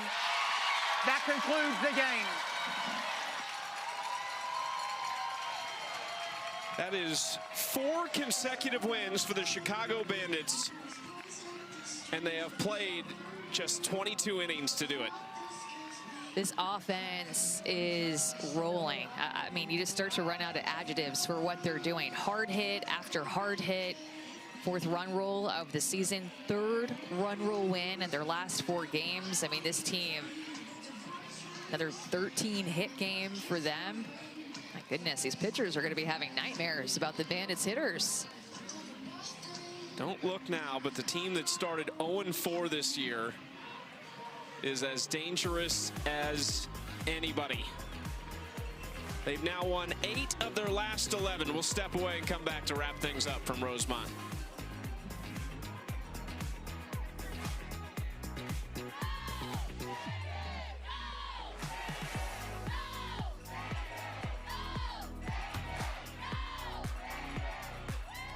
This is the story of the one who knows half-baked preparation leads to downtime that could bring the whole workday to a standstill. That's why she relies on Grainger. With professional-grade products and next-day delivery, Grainger helps ensure her team, and a whole lot of donuts, make every day a little sweeter. Call, click Grainger.com, or just stop by. Grainger, for the ones who get it done. Philly boy keeps his ears on the prize. When he shows up to smooth your scramble, you won't believe your eyes. Make it really Philly good. Save up to 76% on select styles of beautiful new carpet or flooring. Plus, we'll beat any competitor's offer, guaranteed. Visit EmpireToday.com or call 800-588-2300 Today. July 4th, 24 hours non-stop, live all across the country. We are all a part of this history. And when the country comes together to celebrate, this is where it happens. Disney celebrates America 250. A live American event 250 years in the making. It's America's 250th birthday party. No one throws a party like Disney. Disney celebrates America 250. 250 years of America, more than 24 hours on the air. This is going to be one extraordinary event. The AUSL is sponsored by Zillow. Someday starts today. What a day it was for the Chicago Bandits. Another run rule victory. They're third in the last 4 games. And Anna Camden is on the field with one of their rookies, Ailana Agbayani. Ailana, game-winning run. What was going through your mind on that last sprint and slide? Honestly, it was just Sammy got a ball up in the outfield, simple RBI, routine, pop-up. So I was like, I need a score right now for her. You guys have been digging yourselves out of a hole that you dug at the beginning of this season. How much is the postseason being talked about in the locker room right now? I think there's just a lot more talk about connecting and togetherness. So I think we're really starting to come together as a team and really show it on the field, because I do feel like we were together in the beginning, but just not really on the field. But now we're just really bringing it all together and connecting our offense, defense, and pitching. It looks like there's a secret sauce. You guys are on fire, and you're not burning out anytime soon. Would you credit that togetherness and chemistry? Oh, 100%. I think we're just coming out all together and having fun, really. We're having so much fun in the dugout, pregame, in the locker room. So it's just a lot of fun with my girls. It looks like a lot of fun, but the rain coming down is not fun. So you go get dry. Thank you so much. Back to you guys. Thank you, Anna. The rookies coming up big for Chicago. The veterans doing their job, leading the charge, and they have won 4 in a row. Now just a half game back of Portland for second place. So Chicago goes from 4th to 3rd tonight. They're right on the heels of Portland, who in a week's time will start a 3-game series with the Cascade in Portland. They'll have the Volts first here this weekend, and then 3 games against the Cascade, 2 against the Blaze. It's a big 7 to 10 days, not just for Chicago, but in the league in general. Yeah, and the Cascade has to figure out some things about their pitching, and I think I would credit this more good Chicago than bad Portland. I think that this has just been kind of a rude awakening for the Cascade pitchers that have been the strength of their team, and I think that they're going to be able to work on some things after this to even strengthen that strength of theirs even more. Let's look at one other game that's coming up this weekend. A day off tomorrow for Oklahoma City and Portland, but they match up for 2 games this weekend as well. We talked about it earlier tonight. It feels like a sense of desperation for maybe both those teams, given the fact they're playing each other. Yeah, I mean, it must-win series for both teams this weekend, and the Cascade are going to go from playing the Bandits offense to a Spark offense that have hit the most home runs in the league, so it's not going to get any easier. Their pitchers and defense are going to have to find ways to make adjustments and figure out offense, a way to score some more runs to keep up. Seems like a long time ago, but Morgan Zirkle earlier in this game, first 2 innings, a triple, a double. She actually came around to score on the triple, but she did set the tone in this game. And put the ball all over the field. I mean, in that triple, it was a hard-hit ball to the right side that just barely snuck down the right field line, turned on an inside pitch, and it was like, okay, you get burned on the right side. If you're the Cascade defense, she ended up scoring because they ended up making an error on the throw in, but then in her next at bat, it was an outside pitch that she used every single inch of the left field line. So spraying the ball all over the ballpark. The Bandits scored in every inning of the game again against the Cascade. We didn't talk about the fact that decent pitching performance tonight, just 2 earned runs in 5 innings for Kat Sandercock. Got plenty of offensive support from Zirkle and company. There were 4 different players in the lineup that had multi-hit games. 4 hits for Skylar Wallace, second one in the league this year. We saw one from Jadlyn Alchin earlier this week, and it's just a nightmare of a scout for an opposing pitcher to face this lineup. Everybody offensively for the Bandits is playing to their strength. They're hitting the ball for the highest exit velocity in the league, and that actually is by over 3 miles an hour to the second place team in that category. Sammy Williams is being able to, I mean, do her thing, now tied for the lead in home runs with Megan Grant with 6. But how about the bottom of the order with Dayton and Clemens and Agbayani using their speed? This is a well-balanced offense for the Bandits, but Sammy Williams has looked unstoppable, hit a 3-run home run in this one today, and then also got another RBI with a sacrifice fly that ended up winning the game. Sammy Williams is absolutely on a heater, and maybe not just a heater, this is who she is as a hitter in this league in 2026. 46 runs in the last 4 games for Chicago. 3 run rules in this 4-game win streak. As they get set for a weekend series, they will have the Texas Volts coming to town. That series will start on Saturday. Just 1 game tomorrow on MLB.tv. It's Blaze Talons. That's another important one. One thing we've talked about is who's going to beat the Talons. That could be the difference in one of those 3 playoff spots. Volts Bandits kick off a triple header in the AUSL, or a 3-game day, I should say, in the AUSL this weekend. Cascade Spark on ESPN, both 9 Eastern on Saturday and Sunday in that series. The Talons have a tough park to play in, a pitcher's park that is really big, and their outfielders know how to play in that park. That'll do it for tonight in Rosemont. Another quick one, which Bandits fans are loving right now. Head to the autograph line because the Bandits cannot lose. Broccoli Guy made an appearance. What a night for softball fans across America. For Amanda Scarborough, Anna Camden, and our entire crew, I'm Chucky Kemp. We will see you next time. This